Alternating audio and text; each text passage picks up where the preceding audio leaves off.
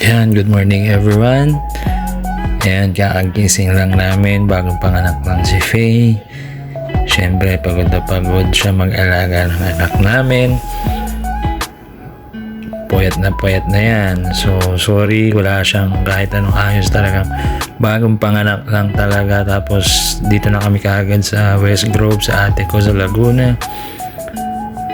So, early in the morning, syempre, kailangan paarawan, padedein ng baby namin na si Elise Sophie Empress. So ayan, inihele muna siya ng mami niya kasi baka umiyak, and then kinuha ko na. So ayan ang routine ko every morning, paarawan ng baby. So pangarap maging vlogger, so ngayon sumusubok. So kita nyo naman yung mukha ko, mukhang hindi na rin natutulog, nakahubad ang baby.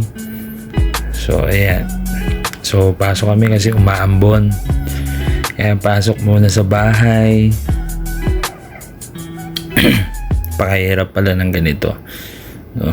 Mag-edit tsaka mag voice over. So lalabas kasi kami dahil parang wala naman ng ambon talaga, parang niloloko ko lang yung sarili ko. So ayan, lumabas na kami ulit magtatay. Si Elise Sophie Empress. So ayan, papaaraw.